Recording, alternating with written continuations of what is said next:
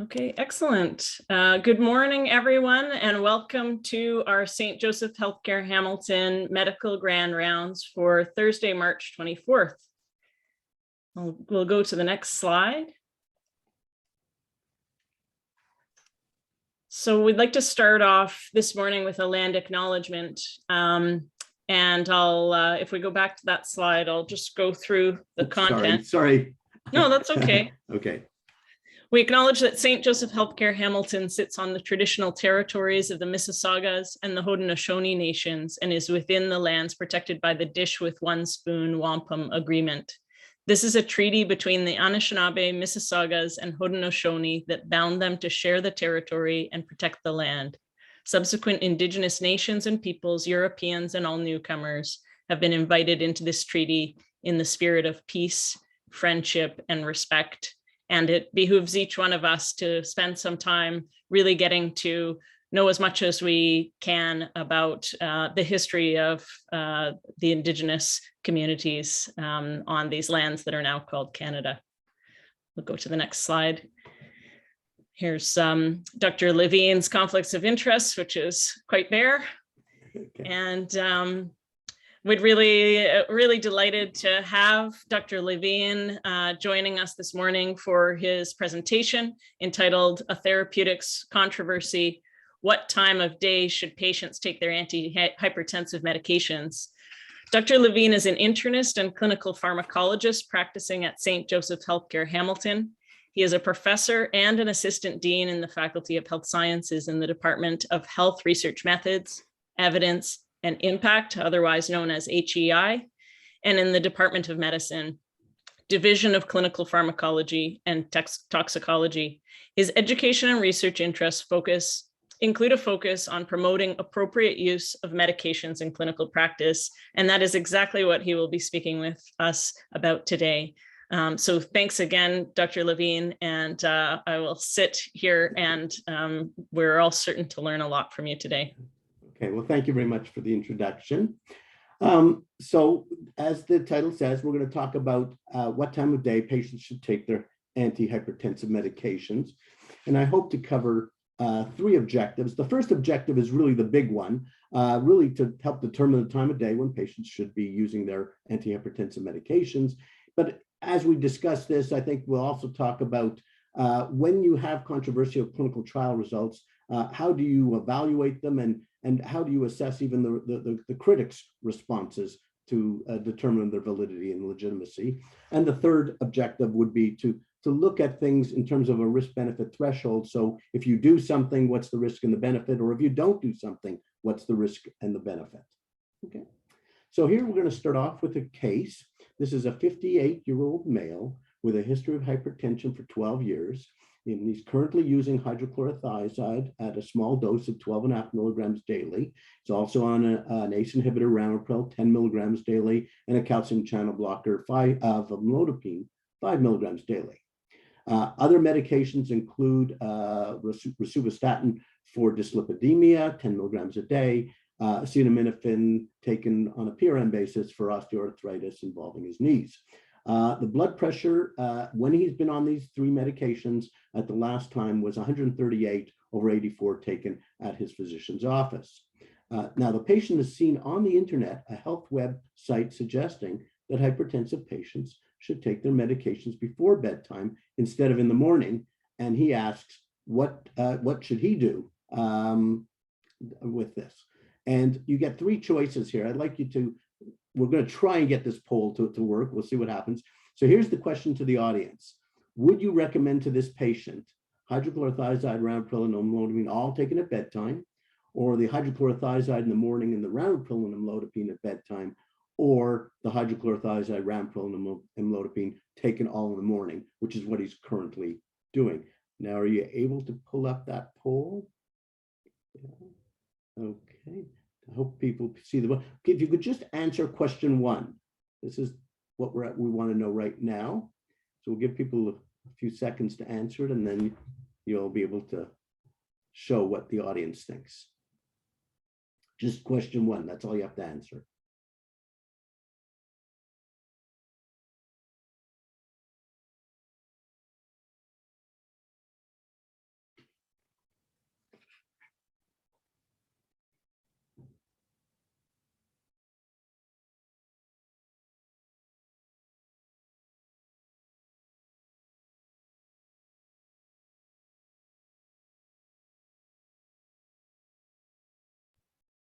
Just let me know when you'd like me to end the Oh, poll. okay. Well, yeah, if you, I think you get to see how the numbers are being coming in. So basically, if they stop changing, then what you might as well show the poll. Oh, there you go. Okay, so what we have is the majority of people would actually suggest that the diuretic is taken in the morning and the other two medications at night. Okay, so that's interesting, and we'll see. I'd also, as a side question, I want to know is how many people in the audience are taking hypertension medications. Think about it, and are you doing what you just said you'd recommend to this patient? Okay, so here's the background that we should talk about. So in the background on the for this whole round really is that I think we're all very aware that, you know, elevated blood pressure is a major risk factor for cardiovascular events and other target organ damage, kidneys and amongst other organs. Okay, the diagnosis and management of hypertension, though, that commonly uses the office blood pressure measurement. So that's really what usually drives how physicians will treat hypertension. But we also know that there's endogenous factors that contribute to the circadian rhythm that causes a variation in blood pressure over a 24-hour period, particularly by blood pressure going down a little bit during the night. And if you do 24-hour blood pressure monitoring, that actually provides a stronger correlation between the blood pressure and cardiovascular disease or events and organ damage. So 24-hour blood pressure monitoring actually is a little bit better than just measuring office blood pressure. But the strength of that difference is not huge in terms of the way the hypertension guidelines are currently proffered, where there are really very little recommendations to suggest that you should be using ambulatory blood pressure monitoring over office blood pressure monitoring. So there are some groups, some hypertension societies, some organizations that do promote in their guidelines ambulatory blood pressure monitoring as the best, but there are a lot of them out there, a lot of guidelines out there that would not suggest that it is the best. But this is the information that you're kind of working with. Okay. Now, this is a less commonly known information that I want to introduce. So if the first is that the asleep mean blood pressure. So this is on a 24-hour monitor during the sleep period, the average blood pressure that is occurring while the patient is asleep. It is an independent prognostic marker for cardiovascular disease risk. Okay. We also know that a decrease in this asleep blood pressure that is associated with a decrease in cardiovascular events. Okay. So the nighttime blood pressure is really important, the sleeping blood pressure. A key parameter in this measurement of 24-hour blood pressure, day and night, being taken, is that there's a decline in the blood pressure from the daytime to nighttime. So nighttime is lower, and patients are typically classified into three categories. They're called non-dippers, where the systolic blood pressure, the mean asleep systolic blood pressure, is more than 10% lower than the mean systolic blood pressure while awake. Or there's the dippers, which is really between 10 and 20% of a decline, and the extreme dippers, which has a greater than 20% decline. So this is a change between the average nighttime blood pressure being 10, 20% lower than the average daytime blood pressure. And there are even some patients who unfortunately even have blood pressure where actually it could be the same or even a little bit higher during the night. That's actually very worrisome. The prognosis associated with this change, this decline, even applies to normal tensive patients. So in terms of it being a risk factor, even people who have normal blood pressure, not having a decline is a bad thing.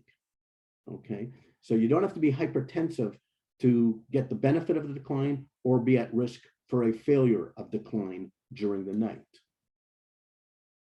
Okay, now the failure to have a decline of blood pressure is known to be as an independent risk factor for left ventricular hypertrophy. It's associated with left ventricular hypertrophy.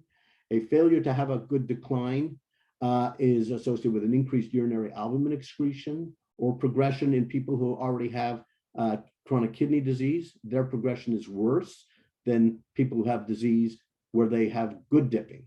Okay, elevated fibrinogen levels are associated with failure to dip. Okay.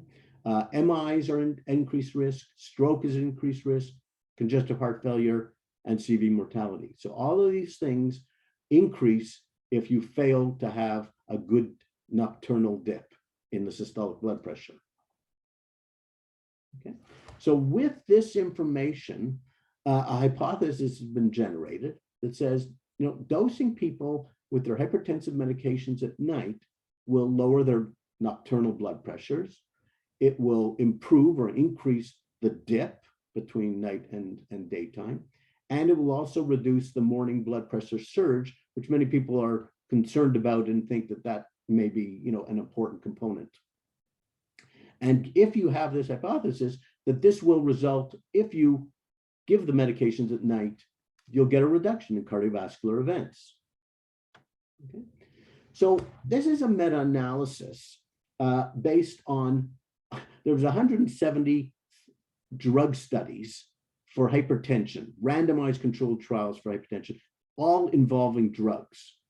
But what they did is, there were drug comparisons. It was a drug against placebo, or there was drugs against drugs. Now, what they found was 5 studies in those 170 clinical trials on drug therapy and hypertension. They found 5 studies that actually some of the drug was administered at night and some drug administered during the day, or the drug at night and a placebo was given. And looked at, did the nighttime people taking the medications have an advantage over the non-nighttime medication users? So this is a very indirect evidence, because it's really confounded by what are the drugs that they're taking, because they were taking it for hypertension, or is it a drug versus placebo trial? But what you can see is when they look at this kind of indirect and confounded kind of approach, that you see a drop in coronary artery disease and a drop in stroke risk associated with the evening dosing. Now, some of you might be familiar with one of these 5 trials. One of them, it's actually the HOPE study that was organized in Hamilton, but obviously was conducted worldwide. And that was a ramipril at night versus placebo. And that contributed to this meta-analysis where the ramipril given at night improved cardiovascular outcomes. Okay, so this is very indirect evidence, because it's really, that's not the research question that was designed in these studies. These were really drug efficacy studies or drug comparison studies. Okay, but there is the first study to really try and address, does it make a difference when you give the medication? This is the MAPEC study. So it's the first one that was specifically designed to compare the same drugs even given all in the morning, or the same drugs given all at night. And the amount of drugs people are on, it's whatever they were normally taking. So long as they were on 1 or more antihypertensives, then they could get into this trial. And they would take all their drugs in the morning or all the drugs at night based on a random design. And this is what it looked like. So there was over 2,000 patients they're trying to assess. And they split them, randomly allocated into treatment upon awakening or treatment at bedtime. This is 2,000 patients at a kind of tertiary care hypertension center. So these are all hypertension patients followed by specialists treating hypertension. And they're allocated to one arm or the other. And then they're followed up. And if they can be followed up for at least 6 months, then they can contribute to the data set. So you can see that there's a small amount of people who didn't contribute, that they were lost to follow up. They had to have at least 6 months data. And what they did in the study is that the assessments are not 24, but 48 hours ambulatory blood pressure monitoring. Now, it's interesting you call it ambulatory blood pressure monitoring, but obviously the recumbent blood pressures are being taken during the night as well. So it's really, and it goes on for 48 hours. And it's really quite intensive in the sense that the daytime blood pressures are measured every 20 minutes and the nighttime blood pressures are measured every 30 minutes. I guess patients get used to it going off continually, but they do participate. And as you can see, the vast majority of them put up with 48 hours of this assessment at baseline. And then they were assessed at least yearly But if their blood pressure medications were being changed during the period because they generally their office blood pressures were not adequately controlled, they actually had the 48-hour blood pressure monitoring done more often. But then they have people at the end here that are going to be analyzed. Okay. Now, the randomization process was successful. You can see that the awakening and bedtime groups are very similar on a lot of important prognostic variables that would have an influence on cardiovascular events. And so randomization looks like it worked, and there's nothing to be concerned about. You could probably ignore the p-values here. I don't know why they put them in, because since this is a randomized controlled trial, any differences that we do observe between these two groups it's 100% p-value. It's all due to chance. This was a randomized controlled trial. It's strange that they actually put in p-values. 100% due to chance because it was randomization. Okay. We also compare these two groups in terms of what their baseline 48-hour blood pressure monitoring showed. So again, randomization process work. These two groups are very balanced. You can see that the awakening and bedtime groups have similar mean awake systolic blood pressures, and they have very similar sleeping systolic blood. These are the mean pressures. And in both groups, you can see the decline of about 12 millimeters of mercury between the two.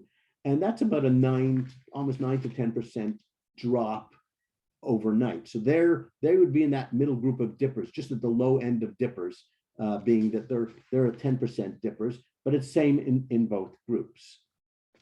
Now, this is where you get to the results. And in the results, you can see that actually daytime blood pressure measured with that device really is no different between the two groups. But the nighttime blood pressure is different between the group that was assigned to take its medications at night. And as a result of that, you can see that the dip here is about 11 millimeters of mercury, or about 9%. And the dip here is about 15 millimeters of mercury. And that's about 12%. So we have a 12% dipping now here compared to the morning group, where it's about a 9% dipping. And there was actually a change in the office blood pressure measurements as well that were statistically significant. Okay. But I think the important thing is to realize that the nighttime is very different, and that the dipping quantity is different.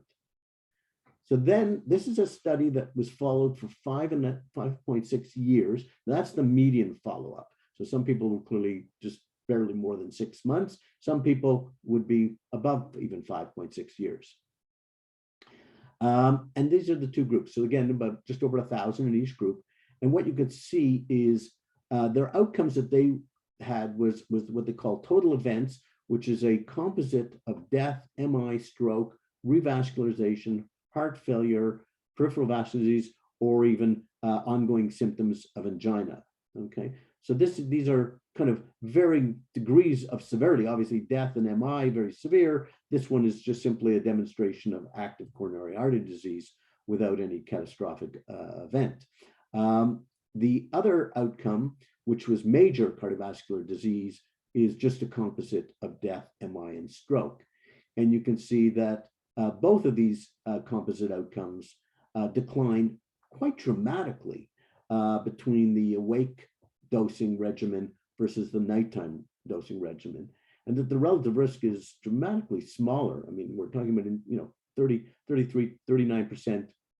So even on major risk, their now relative risk is 33%, or a relative risk reduction of 67%. That's huge. Okay. Now, this is just, again, that data presented a little bit with a little more detail. So here we have our total and our major, which what you saw on the previous slide, running at about a 33 to 39% relative risk reduction. But they also then break down some of the individual components of that composite. And you can see that basically everything goes in the direction that taking the medications at bedtime will reduce all the components that were recorded in terms of cardiovascular outcomes that they wanted to measure. So it's all consistent in the same direction. Now, and here's a kind of a Kaplan marker, and you can see that over time, out to up to really 8 years of data, that there is a significant decrease with people who take the nighttime medications don't have a decline in terms of on the survival curve, whereas the people who are taking the medications at bedtime have a greater event-free survival, the probability of event-free survival. Okay, so this is basically time to first event, and then of course once you have an event, you're no longer eligible. You're part of the data set, and of course if you dropped out, you become censored, and so you can see at the end by 8 years they have really about just 500 people in each group approximately contributing to the data set, as opposed to the 2,000 to begin with early on. Okay. Now, this was a study that was done at a tertiary care hypertension program, and obviously generated a lot of interest. So these authors actually then created what is the very controversial study called the Hygia study, Hygia chronic therapy trial, which was published just 2.5 years ago. And this is a randomized controlled trial. Oh, I should say that the name Hygia comes from the Greek goddess for health and cleanliness. That's where it comes from. The Hygia study is a randomized controlled trial. Okay, it's open. Obviously, patients and their healthcare providers knew whether they were taking their medications at the morning or night, but the outcomes were assessed in a blinded fashion. Okay, and the patients were told to take all their medications either at the morning or take them all at night, and they obviously all had to be at least on one or more antihypertensive medications. This was a multi-center trial with 40 sites. All these sites are primary care sites. So they had a primary care network that does a lot of stuff together, and they got this primary care network to embrace this trial that was going to be really very much like the MAPEC trial, but now being held in primary care setting with 10 times as many patients. As you see, it's about 20,000 patients instead of 2,000 patients. Okay, and the outcomes that they were going to follow in this big study was the 48-hour ambulatory blood pressure monitoring again, and they were going to look at cardiovascular events, very much like the MAPEC study. And this one, the follow-up was 6.3 years in median duration. Okay, and here is the enrollment and recruitment data. So they start off with over 22,000 people. This is a large study. They eventually get about 19,000 people agreeing to be in the study and passing the baseline assessment. So they had to have the 48-hour baseline assessment done, completed successfully. And so if they had good data that was recording at baseline, then they felt that these patients would cooperate down the road for these 48-hour monitorings in the future. And so then they allocated them to being treatments in the morning, right at when they're awakening, or treatment at bedtime. The patients were told that they really were to have this medication available, that literally as soon as they got up, they took it, or they only took it just before they went to bed. Okay, and then they would have their 48-hour monitoring done once a year, but it could be done up to quarterly if the physicians who are following them for their hypertension and still doing office blood pressure monitoring, if they change their medications, they would be asked to do another 48-hour monitor up to 4 times per year. And again, if as long as they contributed at least first year data, they were in the data set. If they dropped out before, then in fact they didn't contribute. But in fact, you can see from here to here, there's very few dropouts between the allocation and the follow-up. And then the analysis was done on intention to treat. So if for some reason patients switched, they stopped doing the morning and they took it at night, or vice versa, they stopped at night and took it in the morning, they were still analyzed using an intention to treat analysis. So here's their baseline characteristics. And what you can see here is that randomization works. So these 20,000 patients were randomized and were well balanced on important patient demographic and clinical characteristics that could influence the outcome. All these are potentially prognostic factors for cardiovascular disease or could contribute to a change in those results. And as I say, you look at the numbers, there just isn't any difference. And you would expect it to be very, very close. When you have 20,000 patients randomized, you expect by chance to have extremely small differences. Okay. Now, they do measure the patient characteristics at the end of the study, the characteristics that could change. Now, these are not the clinical outcomes. Remember, the clinical outcomes was blood pressure and cardiovascular events. That's their outcome. But they do want to show what happens over that median 6 years to people. So it's interesting here that the awake group, because their physicians were allowed to treat their hypertension any way they wanted to. It was completely open. There was no guidance on how to treat the blood pressure. It was just simply guidance on when the patients took their medications. What you see is there's a slightly increased number of medications in the awake group versus the bedtime treating group. So actually the bedtime treating group drops their medications over time because they were similar at baseline. What you're also seeing is a change in pattern where the pattern of drugs that are being used was equal at baseline. Now at the end of the study, some things have changed. So the numbers using ARBs was really the same. That's unchanged. But the percent that are using ACE inhibitors is slightly lower in the bedtime group. The use of calcium channel blockers is slightly higher in the bedtime treated group. And beta blockers is slightly lower, and diuretics is slightly lower. Okay, so these are changes that occurred over the course of time. But again, if they're taking all these medications, they're taking them all at night or they're taking them all at the day, depending on where they were allocated. Now, what you do see, these are almost, you could say, would be like outcomes, but were not the designated outcomes for this trial. But you could see that their diabetes management doesn't change, but if they had some slight change in creatinine, it actually went down in the bedtime group.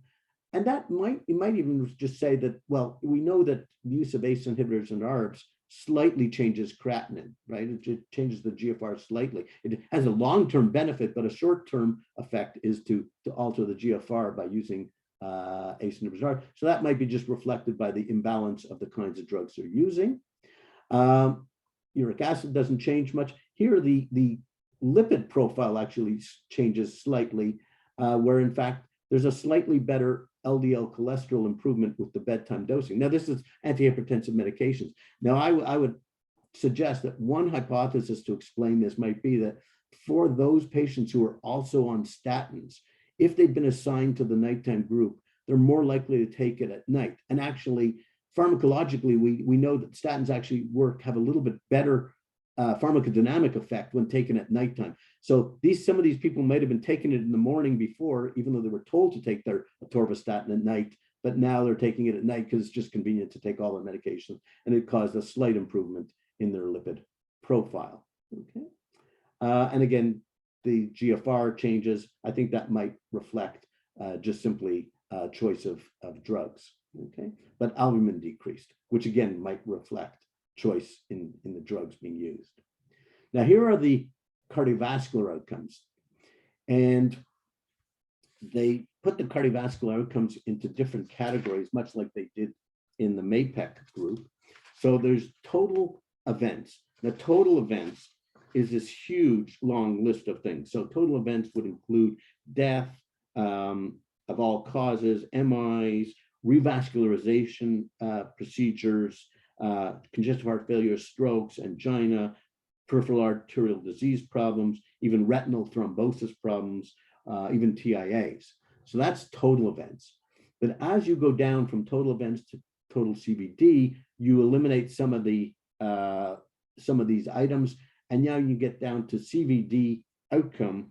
That's probably what we would consider, the hard and the important ones, which really are just cardiovascular death, MI, revascularization procedures, hospitalizations for congestive heart failure or strokes. So these are big cardiovascular endpoint occurrences. That's cardiovascular. And what you can see is it's not as profound as it was in the MAPEC study, but you can see that the relative risk is only 55%. That's a big drop for just telling people to take their blood pressure medications at night. Now, here are some of the subcomponents of the composite. You can see it has a big effect on stroke, but coronary events, cardiac events, and minor events, all of them going in the same direction, reduce occurrence with nighttime medication use. Quite dramatic. Okay.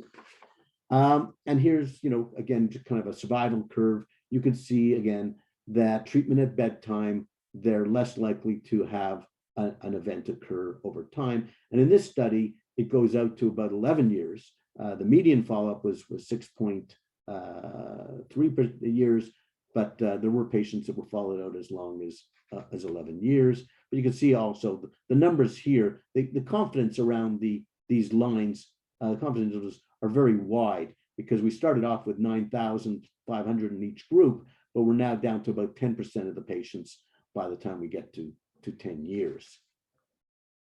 Now, I don't expect you to look at the details on this study, but of this slide, but what I do want to make a point here is that they did an analysis for a lot of different subgroups, just to see if there was consistency, or were there certain subgroups where somehow this difference between bedtime and wakening treatment was different. And basically all subgroups show. So it doesn't make a difference whether you're a man or a woman, you get the benefit. Probably the biggest difference seemed to be whether there was previous treatment. If they didn't have it, previous hypertension, they were new hypertensive patients, and they entered into this study now being treated with hypertension, they seem to get a bit of a bigger effect than the ones that were on therapy previously. But again, there's no dramatic difference between all these subgroups in terms of whether this intervention works better or not. Okay. Now, with all the data that I've presented that seems to be very strong, and we, if we could bottle an intervention that could reduce cardiovascular events by 50%, that would be pretty impressive. And that's what this intervention is saying it does. Okay. So, but yet to date, there are no hypertension treatment guidelines that endorse the use of nighttime drug administration. There's none. There isn't one. Sometimes they talk about it, but nobody comes out and says, this is what we should be doing. Okay. As opposed to, they clearly come out and say, these are the first line drugs, and these are the drugs you add on second line, and this is how you should take blood pressure. But in terms of actually any recommendations that everybody should be using nighttime administration, there is none. And in fact, there is actually quite an opposite response that has occurred. There has been numerous highly antagonistic articles that have been published that actually have been attacking the validity of the Hygia study and its applicability, and say, we should run away from this study. And in fact, here's an example of one of the more aggressive papers that was published, opinion pieces that was published after the study, where they say, blood pressure medication should not be routinely dosed at bedtime, and that we have to disregard the data. And they go on through this whole paper saying why they shouldn't and why they don't believe the results. And we'll get to that in a minute. Another commentary says, we don't know the data that occurred at every single of those 40 sites. All you have is the aggregate data pooled at the one center. And until you know that you've analyzed the data at each of those 40 sites, you shouldn't believe the results. Now, we don't often say that about multi-center trials, that you're never going to believe them until you see 40 separate analyses from 40 separate sites or a verification of the data they said. But the response here is because they just don't want to believe the results. And so they're saying, well, we're not going to believe it until you give us the data for each site. So those are just two articles. There have been lots and lots of articles critiquing that Hygia study. And, the things that come up is they say, well, it's an open design. So, people aren't blinded to what group they're in, the healthcare providers. So that could bias the results, which is an interesting thing. I mean, they were blinded to the outcome, but yes, they weren't blinded to the intervention. Okay. Then they say, well, different medications were used at the end, and that's true. Okay. But then the question would be is, if we change those medications as do we really expect that those medication changes would account for a 50% reduction in cardiovascular endpoints? That makes those drugs a lot more powerful than they were even in their original placebo-controlled trials. Okay. Compliance with 48-hour blood pressure monitoring was not credible. They just didn't believe it. They just didn't believe that the patients would put up with this monitoring for 48 hours once a year for the next 6 years. Okay. And they said that actually the equipment couldn't even do that. Okay. So they came up and they said the batteries could never operate that way. And because they give them the description of the equipment that's being used at Space Labs 24-hour monitoring. The problem was they didn't know what the authors actually had used the equipment. Yes, Space Labs was the brand. It turns out the authors responded to this criticism that the batteries won't even last for 48 hours. Said, well, no, we're not using regular Duracell batteries. We're using lithium batteries. And these batteries can last and take somebody's blood pressure for 14 consecutive days without the battery wearing out. So that the criticisms were really, people were grasping it at lots of things just to say, don't believe these results because they're not credible and we don't believe that these monitors can work. It's not like they had any evidence that the monitors didn't work. They just were coming up with ideas of why they shouldn't believe it, that these results are not credible, okay? I mean, the biggest thing that I think everybody was coming to the conclusion was these results are too good to be true. And if something's too good to be true, the old adage is, well, maybe it's not true. And so once they came to that conclusion that it was too good to be true, they started to look at anything, even if they made up stuff about the study and why it wasn't good, like making up stuff that the 48-hour monitor couldn't work for 48 hours. Okay.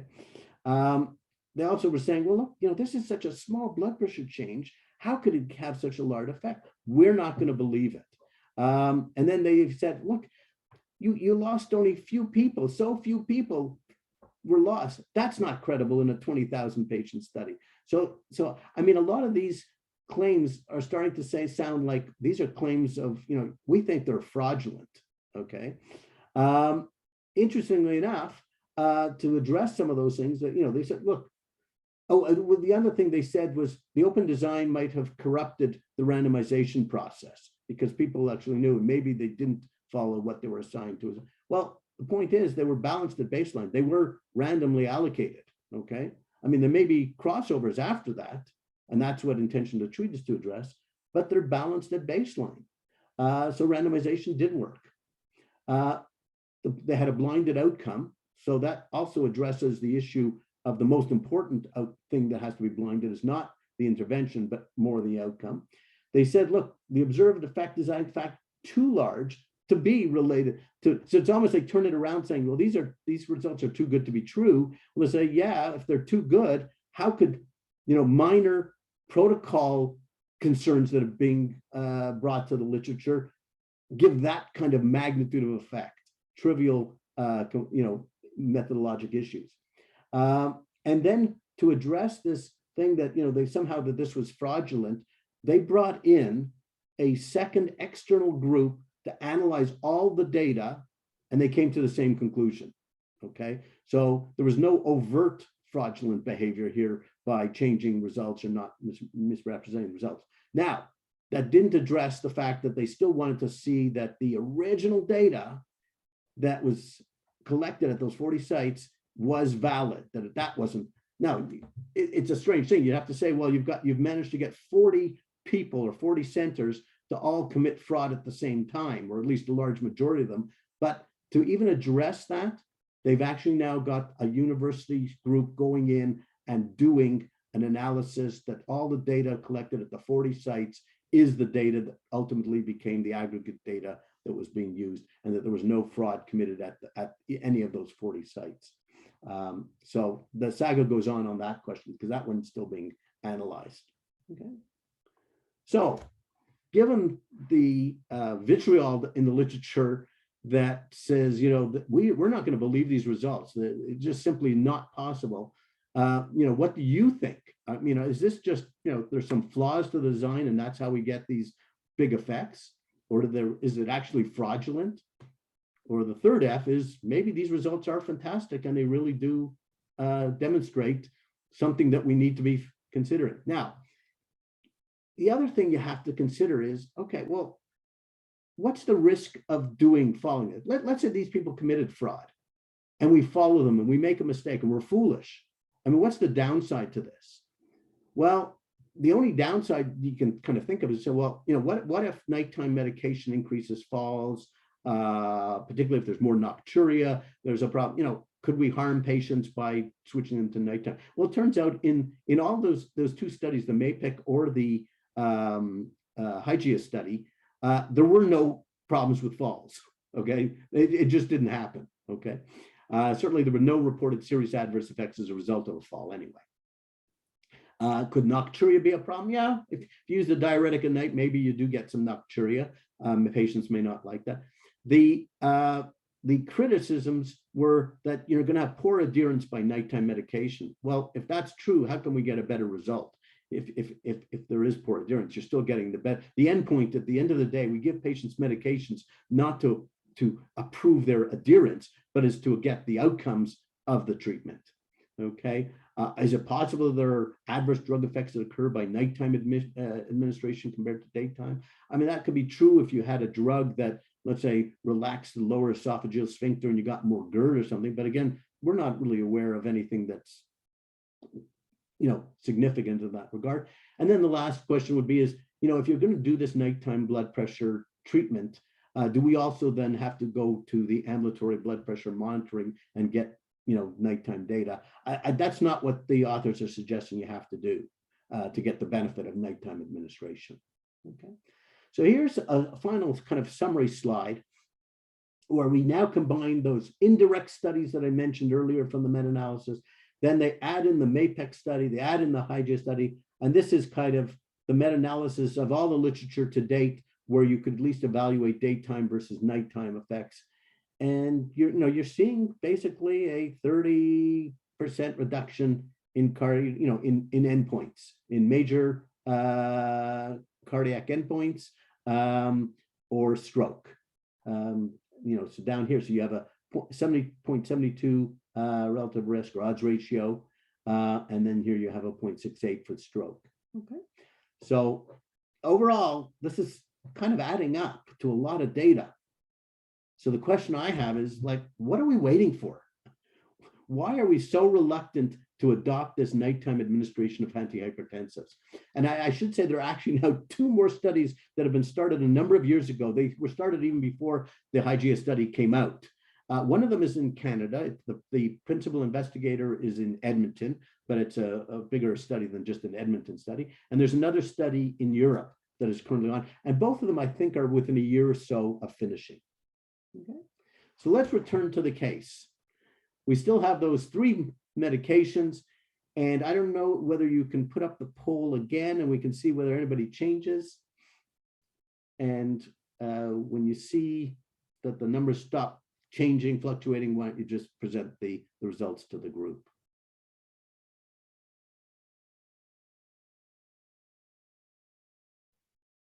Lots of responses rolling in.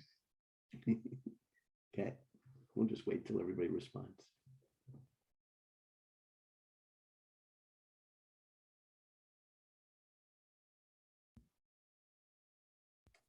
Okay, there we go.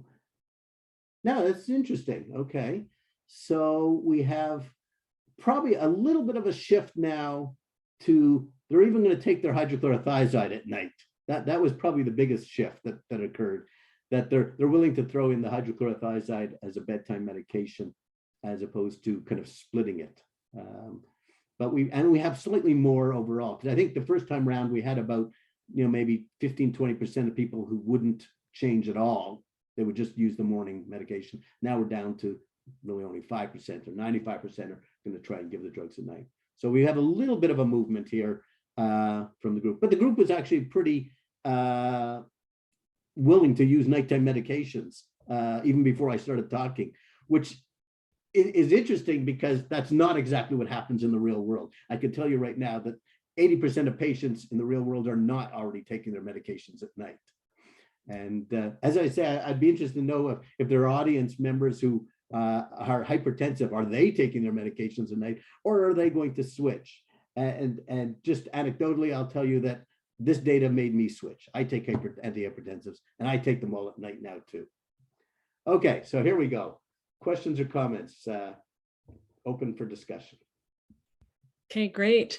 Thank you very much. So the first couple of questions in the Q&A, you may have already started to address, but if you'd like to, if there's anything additional to add there. So one was from Deborah Hastings. I was wondering if there is an increased risk of nighttime falls in patients taking meds at night. Okay. So yeah, I mean, that was a concern. And from both the Hygia and the MAPEC study, we know the authors specifically in the Hygia study said, no, this was not a problem, because they were responding to the critiques in the literature. And they said, no, it's not a problem. And they had 20,000 patients. Okay, great. And then the other one is related, again, in that realm of adverse effects or downsides, as you said. So was there a difference in compliance with morning and evening dosage, or is there anything else we need to consider there? Yeah, they really didn't measure compliance very well. That wasn't one of their measured outcomes. It wouldn't have been measured reliably. And so at the end of the day, maybe the compliance isn't as good. I don't know. But at the end of the day, what we really want is, we prescribe medications not for the sake of patients having to take it, but it's really about the outcomes. And yeah, maybe compliance is different or bad or lower, but if the outcomes are better, does that really matter that their compliance wasn't as good? I can't imagine the compliance could be that bad if you get better outcomes. All right, excellent. Thank you for that. And we've got one more question in the Q&A, and then we have Greg Kernu has his hand up, so I think he'll ask a question live. I'll read the question out of the Q&A, which is from Mark Crowther. Hey, Mitch, as a hypertensive and obese person, thank you, with an exclamation mark. How is it possible that I've not heard of this before? One advantage of nighttime dosing is that the daytime postural hypotension that I get with morning doses will disappear. I will switch to nighttime dosing tomorrow. So I'm not sure if that's a question. No, well, there is a question there. How is it possible that someone has not heard this before? I totally get his question, because that was my response when I first discovered this. So my first time I ever heard about this, I happened to be on a CIHR panel for studies, and I saw that Edmonton study come through requesting funding. And then I started to look at the literature that was in the grant. And I'm thinking, how is it that I don't know this already? And that's when I got interested in it. It's just amazing. Now, what's even interesting is one of the criticisms, the one that was long and very vitriolic that I had pointed out, they went through and they said that was their response. And he says, how is it possible? None of us have ever heard of any of this. And all of a sudden you come out with this 20. And then in fact, it was interesting. The authors pointed to tons and tons of literature that has been prescribed, that has described all this, but nobody's reading it or nobody's talking about it. I mean, it's crazy. It's just not in the mainstream of discussion. It's bizarre. I think it's that part of it is being suppressed because people just don't believe it can be true. It just seems too incredulous. So I'm not going to jump on the bandwagon, and I'm not even going to talk about it. Okay, yeah, great explanation. We'll invite here Dr. Kernu to ask his question. Can you hear me, Mitch? Yes, I can. Fantastic review. I've been struggling with this for a long time. So, there's randomized data saying aspirin at nighttime versus daytime has an added benefit for cardiovascular events. There was a previous trial with Coronavera. I'm not sure remember Coronavera was. It was a trial where you gave verapamil at At night. night. Yeah, yeah. That trial failed, but it wanted to block the morning surge of blood pressure. That was stopped because of futility of 12,000 patients. That was many, many years ago. I'm not sure if this is part of this meta-analysis. Yes, yes, it was part of that 5-study meta-analysis. So yeah, it failed. I mean, there was absolutely no clinical benefit on the cardiovascular endpoints with the verapamil nighttime administration. Yeah, compared to I think that would have been compared to, I guess, verapamil daytime administration, and there was no difference. Yeah. So one of the things that trumps more than anything is compliance. We say about 50% of people stop or don't take their medications properly. So I have no problems giving blood pressure pills at nighttime except for diuretics. I just find that men have problem with their prostate, that I'm always arguing about doses of furosemide, Lasix, and now the SGLT2 receptor antagonist. The one big problem is I'm peeing too much. And so I'd be curious to see is that getting diuretics at nighttime just seems kind of hard to do in the first place. And I think giving more blood pressure medications at nighttime is wonderful. So I don't know why we haven't done this more. Yeah, I think the diuretic issue is important. That's why in my poll, I wanted to give people the out to say, no, the diuretic is still going to be a morning blood pressure pill. I think if you're probably using 12.5 milligrams of hydrochlorothiazide, it really has a very minimal diuretic effect. It lowers blood pressure, but it's not through diuresis. You know, it's something to do with the juxtaglomerular apparatus being altered by the drug at that low dose, which is also why you don't get the potassium loss at that low dose, because it's not causing a diuresis and you're not ending up with more salt at the collecting duct. So I think that low dose is okay. If you were using higher doses of hydrochlorothiazide, and certainly if somebody was happened to be using loop diuretics, which they shouldn't as an antihypertensive, that would be a problem. And I agree that then it should definitely be in the morning. And separated out from the other antihypertensives. But there's really nobody's done the study kind of saying, okay, morning versus nighttime diuretic at low dose, does it really cause a problem and people unhappy with it? But it's worth thinking. I want to ask your comments on blood pressure medications, because in general, it says when you go from 2 to 3 drugs, you get a synergistic effect by dividing up between twice a day versus once a day. These patients were taking less than 2 drugs. And these people weren't the frail older people that fall or things of that nature as well. So I have a problem giving all 3 drugs at nighttime versus dividing them up like 2 at nighttime, 1 in the morning. Can you comment on that? Well, I mean, in terms of, first of all, the average was about just under 2 drugs. So some of the patients were on 3 or even 4 drugs, and some patients were only on 1. So there was a real spectrum. In terms of the age, I think if I can recall now, the average age was in the mid-60s, right? But that means that there were people who were in their 70s and maybe even the 80s, and there were certainly people in their 40s and 50s. Again, that's just the average age. So, and in 20,000 patients, you know, I'm sure there was a fair number of people who are the, you know, potentially frail elderly. But I guess, you know, I think as a clinician and how you use this stuff, I'd say, well, you know, if you really think that there's somebody who's frail and elderly and getting up in the middle of the night would be a big concern, well, maybe you don't do it for them. We just don't have data whether we should withhold it or whether we should give it or whether it is safe. You know, so you're entitled to say, well, you know, in the absence of good data, this is what I'm going to do. But I think for the younger person, I mean, anybody between 40 and, you know, 70, I'd say you should be, and probably 70 plus, even if you're a, you know, non-frail 70 person, take it at night. I think this is where judgment comes in. That, you know, it was interesting at the beginning. I was asked the question whether, you know, how is it that, you know, is there a right answer to that poll? And the answer is no. There's always the evidence, and then there's the clinical judgment that comes in before the final decision's made. That's great. Thank you so much. So I'm wondering if you can bring down your screen share.